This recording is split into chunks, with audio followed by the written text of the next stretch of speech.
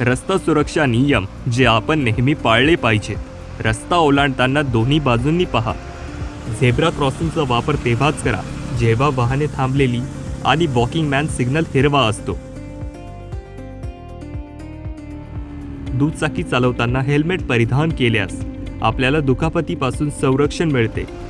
गाडी चालवताना आणि नेहमी फुटपाथवरून जाताना जागरूक राहा. कारमध्ये असताना नेहमी सीट बेल्ट लावा. तो अचानक ब्रेकसारख्या हानिकारक हालचालीपासून बचाव करण्यास मदत करतो. कारसाठी इंधन मिळवताना नेहमी इंजिन बंद करा, कारण त्यास आग लागू शकते. नेहमी योग्य वेगाने अनुसरण करा. कार जास्त वेगाने चालवू नका, कारण त्यामुळे अपघात होण्याची शक्यता असते. रस्त्यावर धावू नका, खेळू नका, त्यामुळे गंभीर अपघात होऊ शकतो.